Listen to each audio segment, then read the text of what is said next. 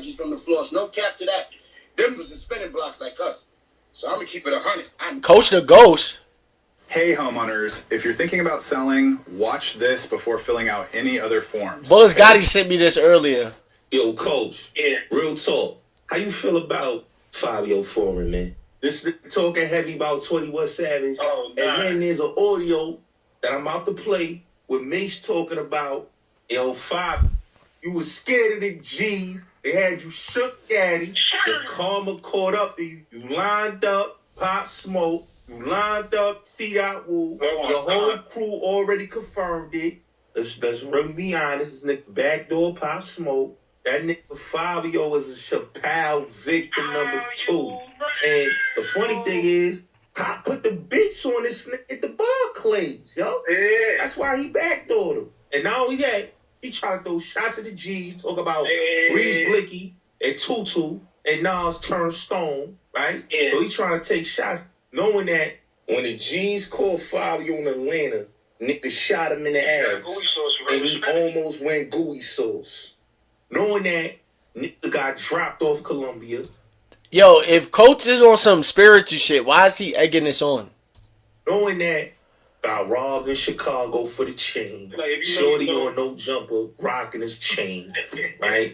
His homie said he a plate in his own hood. Out here running around with an EBT card, power for Perky's, power. Yo, that get low situation, crazy, game. That shit crazy. That's fucked up. Niggas ain't, you feel me by now. Fentanyl. Niggas was sleeping on a pissy air mattress in New Jersey in a studio apartment. The police don't even want to walk in that motherfucker. That's how nasty that shit is. The bitch back to the jet. And this nigga's on the fucking record talking like he wasn't ducking smoke. Please, Coach, please let the people know. Now, Bass was trying to put this nigga on stage and he was scared of the G's. I don't really want to go into this, but, I mean, we here, so let's address it. I booked this show for them to come out to Phoenix. Some kid named 22G's and Coach the Ghost, I believe, was on the show. I didn't know who those guys were at the time. Today I know who they are. They just didn't show up at the show. So then they didn't show up to Phoenix for the festival. Who didn't show up? 22G? Didn't show up? Fivio and them. Okay. They didn't show up. Okay. So then they had another show the next day with the kid 22G's. They didn't show up. I'm thinking I'm doing my job because I'm putting them on stuff with other drill artists. I'm not in that scene. So I don't know that these guys really got smoked together. So they don't show up. I mean, shout out to me, shout out to other dudes too. I feel like, get decent artists, whatever the case may be. But he's a very smart individual because I wouldn't have been seeing him at that time also. You know what I'm saying? Like, because the energy that he was putting out there, he didn't even know, you know what I'm saying? And, like Kodak Black, he kind of linked to on that tour with him, with the likes of, 22G, that was, whatever he had going on, I was there the whole entire time, that whole tour, so I was soaking in all it. Everybody know the vibrations, you know what I'm saying? So if I was him at that really particular moment, I would have been scared of me too because it's like, damn, I'm over here, this young man, he's from Brownsville, he's not playing, he's not, you could see it in the person's eyes, and then when you do your research, everything is panning out. He's coming back with good receipts about me. So if I was him at that time, I feel like that was good move. It's a thin line between being tough and being stupid. You know what I'm saying? Sometimes you gotta be smart. So at that specific time, in that specific time and space, he did the best thing that he was supposed to do, which was not go.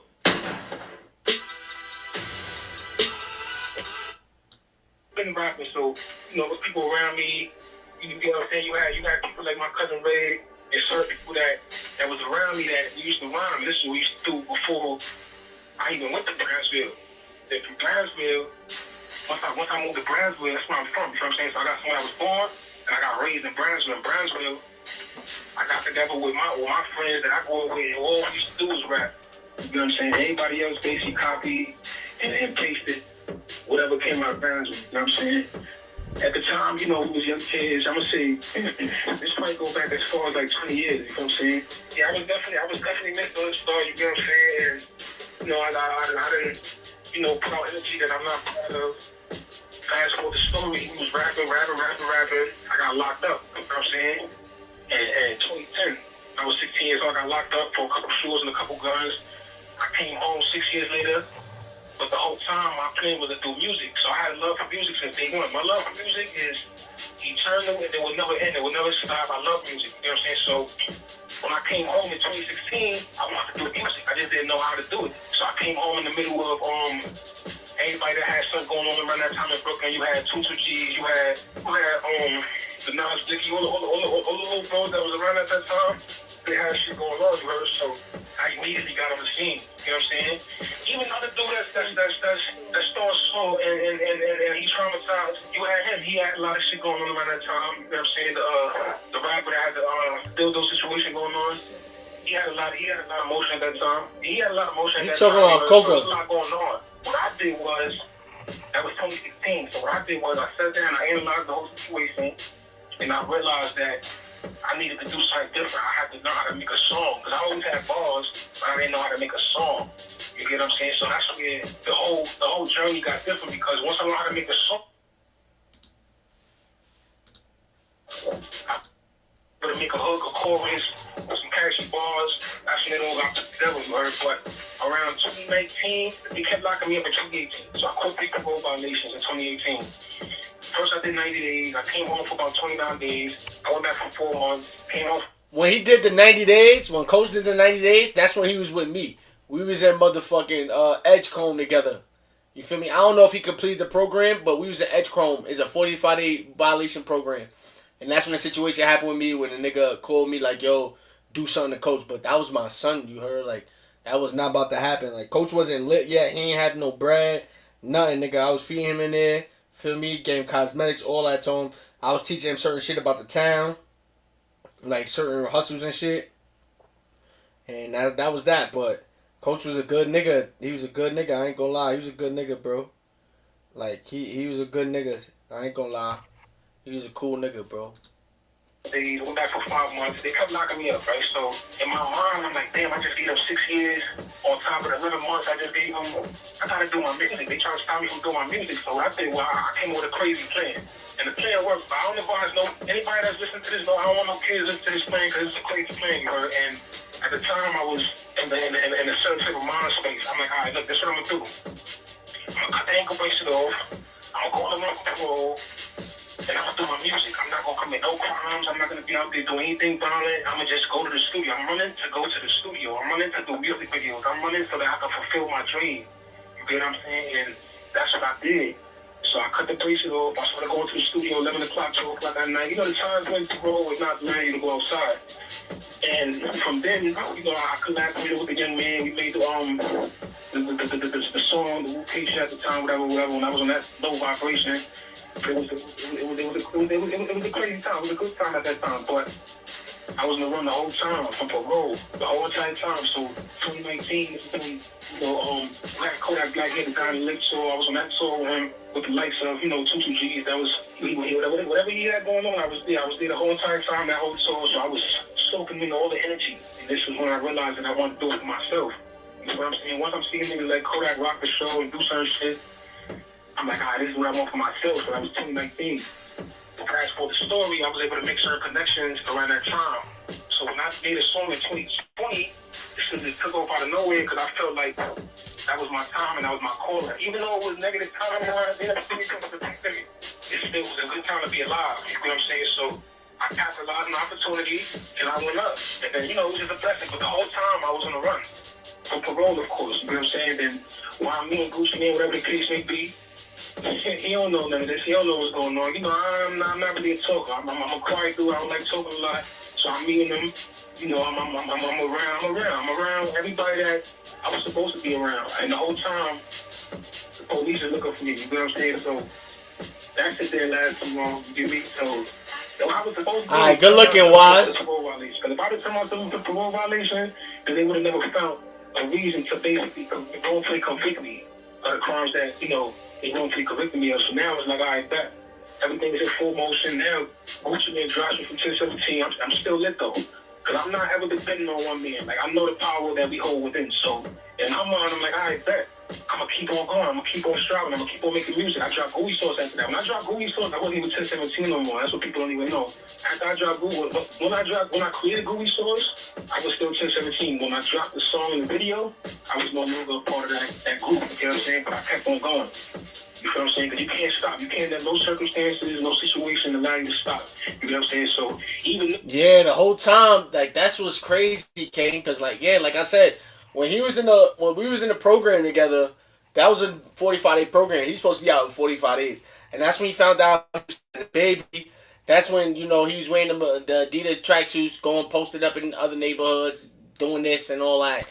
And, you know, I was telling him, yo, get your mind right, bro. Like, you somebody, bro. You forgot who you is, nigga. You got all these little niggas telling you this, that, nigga. Nah, nigga, you make these niggas do this, make them do that, do your music. Like, I was really on him about that shit, gang. Like, you feel me? Like, I was really on him, like on him about that shit. We used to argue every day in that shit, but that was a good nigga. Next thing you know, I got locked up, and then I heard all this shit was going on. Word up. I didn't understand why he dropped me. I didn't understand. He didn't know. He didn't know I was going to go. I didn't tell him. You know what I'm saying? I don't know who told on me, whatever the case may be, because a couple other people know, but he didn't know. So I didn't understand. I still want to know. Like, you know what I'm saying? I feel like I need that closure. But at the time, when Atlantic Records picked me up, I got signed to Atlantic Records. I got, like, re-signed again, because they saw the potential, and I kept on going. The whole time on the run, shooting videos, all that whole, every video that I ever created was me on the run. You was looking at somebody that was not allowing a situation or a circumstance to stop them from pursuing their dreams. That's what y'all saw. Y'all saw history being made. Y'all saw somebody that was determined, that was motivated. You know what I'm saying? That didn't let or allow anything to stop it. What's going on right now with me is a product of my thoughts and the energy that I was putting out there through my music. Yeah, I'm wrongfully convicted, but that doesn't mean that, you know, I may not have pissed a couple people or projected negative energy to other people. And, you know, you read what you saw, but I had a lot of negative energy. So watch your energy and watch, you know, the things that come out your mouth and the thoughts that come in your head. I'm going to have to get straight to it, and I'm going to have to keep that positive energy, bro. Shout out to Pop Smoke. At the end of the day, you get what I'm saying? He did a lot for the culture. He made people look good. He made New York City look good. So whatever differences we might have had, because we ain't had that much. Like, he passed away at 20, God bless him. I was already like 25, 26, so we was in 20. GP, salute. God bless his soul. You know what I'm saying? I don't have nothing bad to say about him. At the end of the day, he did a lot of good things for the community as far as, you know, as far as making everybody see that anything is possible. As far as making everybody see that you can go from, you know, a young man or poverty in the streets of Brooklyn, New York, to being a superstar. So whatever happened with him in his past, behind whatever he had going on, I don't got too much to say about that because that wasn't me and that wasn't on the minds that surpassed him with anything to him. So I don't take credit, you know what I'm saying, for things that, you know, I didn't do or I don't know no knowledge about. But do you support Israel and the Jewish people? Now, more than ever, Israel needs committed friends around the world to voice their...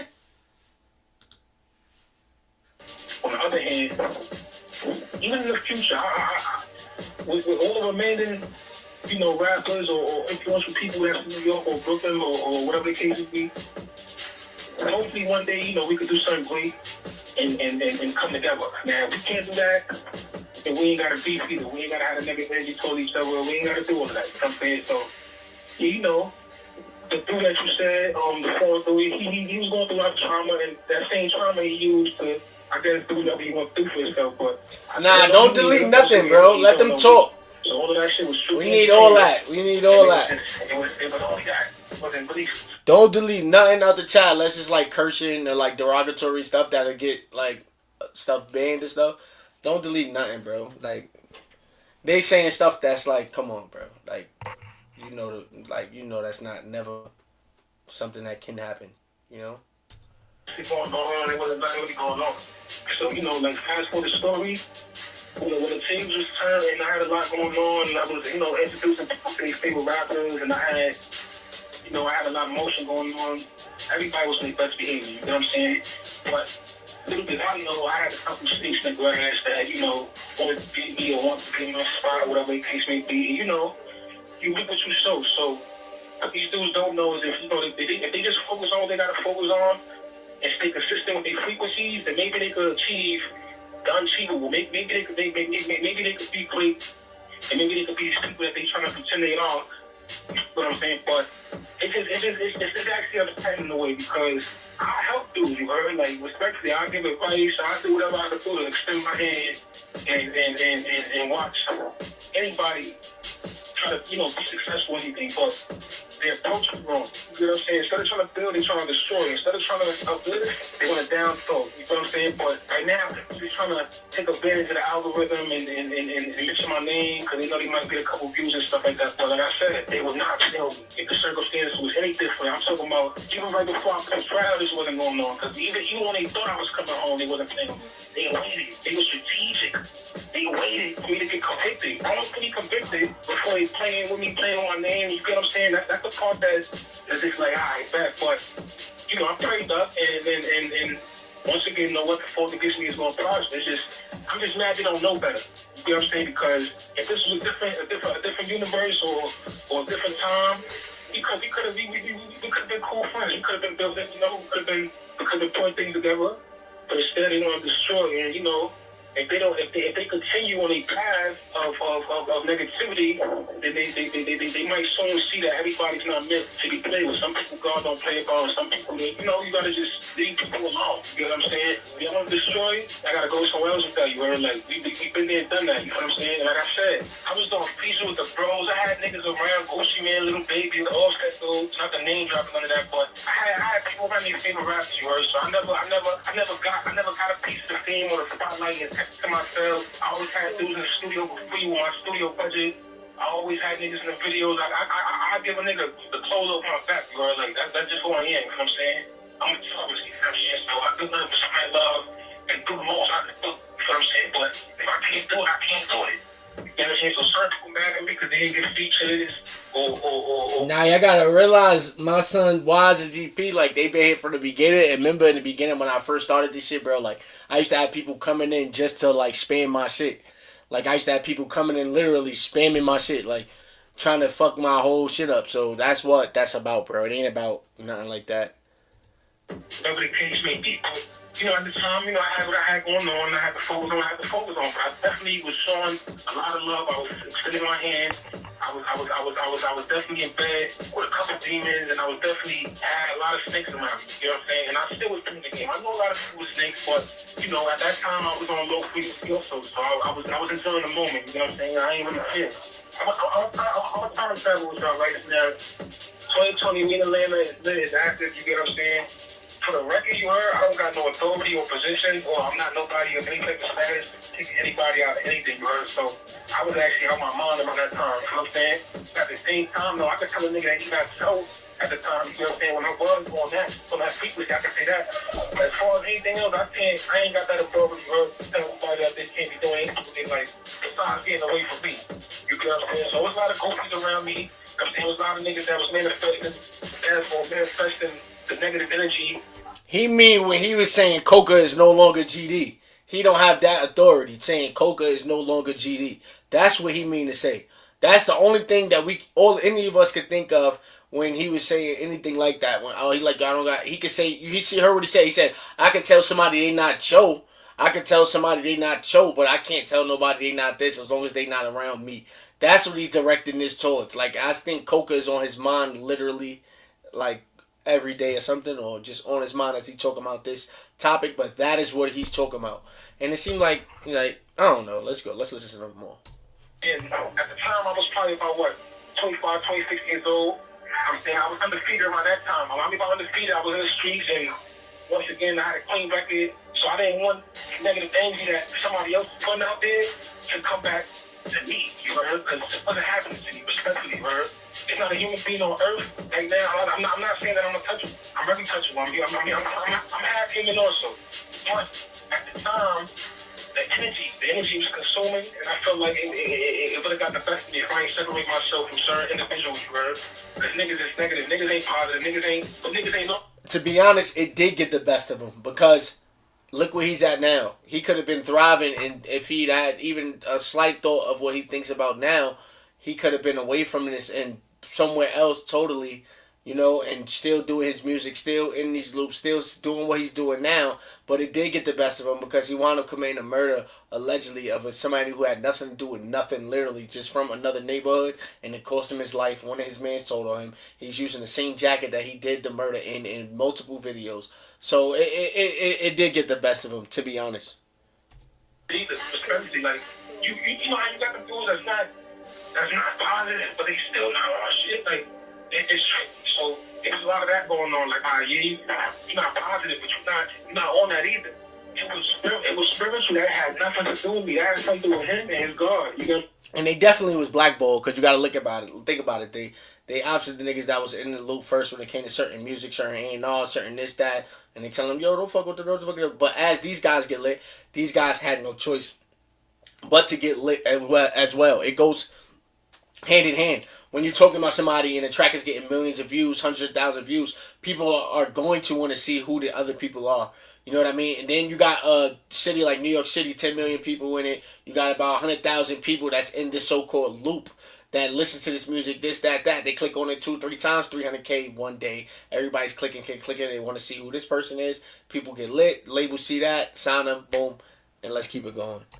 He wasn't fulfilling the obligation that he had to fulfill. That had nothing to do with me, you heard? If anything, I want to see a nigga win. I want to see a nigga do good, you know what I'm saying? I think the dude is a good artist, you know what I'm saying? But, or a good rapper, because the artist is different. Like, he don't know how to make songs for real. He just know how to put the bars together. And I was trying to teach and uplift and basically enlighten him on those type of things. And that's where he didn't see eye to eye. So now, I know that time was on the shenanigans he taking place. If y'all come in, hit the like button, y'all. If y'all come in, hit the like button, y'all. Y'all know, like, this is not like before where my lives would be shooting and they'll push it out. I'm not getting no notifications like that. You feel me? I gotta get to more of my lives is getting the numbers where it needs to be, like how my regular videos be. So we gotta get this shit back. So hit the like button when y'all come in, if y'all could. If not, it is what it is. Word, and you know, he was playing little trolling games, you heard. He wasn't a brand, you heard. And he wasn't in my community trolling like that, you heard. He's a troll, you heard. I get it. Like, you got some people like that, you know, he's similar to 6ix9ine. They troll, and they basically get the views on trolling, but at the same time, it's a time to say something, but it's also a time when you got energy about it. So I was mad that he was next to me and he had potential, but I was also mad that he was wasting that potential. You know what I'm saying? I was mad that he was wasting potential talking about, you know, certain situations with certain people that, you know, sometimes you gotta just let certain things take its course. But let me rephrase that. I wasn't mad that he was next to me had the potential. I was mad that he was next to me had the potential and he was letting it go to waste. You know what I'm saying? So instead of being in the studio, instead of doing certain shit, trying to make a hit record, he was around doing weird shit. You know what I'm saying? And to each his own. You know what I'm saying? There's some people that will allow that to continue or allow that to be in their universe, but I wasn't going for you, heard? Like, I'm not about to sit here and play these games. You're not about to sacrifice me. You're not playing none of those games, you heard? Like, respectfully. Shout out to one of the first doing it. Shout out to Rap-Matic, you know what I'm saying? Tune in, tap in, like and subscribe. You know the vibes. I'm jacking that. And basically, I'm jacking everybody. And if you're not jacking me, then just stay away from me, you heard? I'm jacking that. Right now, right about now, you got people like, you know, The Kha.RealityTV team has recently shipped a ton of features, but one in particular stands above. My people like my boy Mr. K, how they out there doing anything, you know what I'm saying, with the whole push of peace movement. And I commend them, you heard, and I'm pushing positivity, I'm pushing peace, I'm pushing all of it, bro. Anything that got something to do with how people see and uplifting the people and love it, that's what I'm pushing, bro. Most definitely, nobody can talk for me, and I'm still alive, so yeah, I don't want no corny niggas to throw up me, or no whole operational beings that just stuck on negativity. I don't really need nobody to. If you want to speak to me, make sure that your frequency is high. And you speaking love, you speaking light, you speaking positivity, because I don't need none of that energy. I'm saying I don't want that around me. I had that around me too long. I was born in the dark, bro. So it took about 30 years just to get out that cycle. You know what I'm saying? So now I don't want no queen niggas speaking for me. A lot of these dudes is lying anyway, respectfully. You know what I'm saying? They don't know me. We probably never smoke together, and if we did, that's as further as it went. They talk, we live it. Stars the limit. I'm not picking and choosing who I'm pushing peace with. I'm not And for the record, I've been on this journey for about 3 to 4 years now. They ain't have this whole account thing. I've been up there about 6 months. So this journey for me started in 2022, 2023, when I was on Rikers Island living with everybody that I wasn't supposed to be living with. I've been living with every organization that's in New York. I've been in the housing area with. You know what I'm saying? And I made peace with a lot of people before I even came up. But you know what it is? It's like they still looking at me like, well,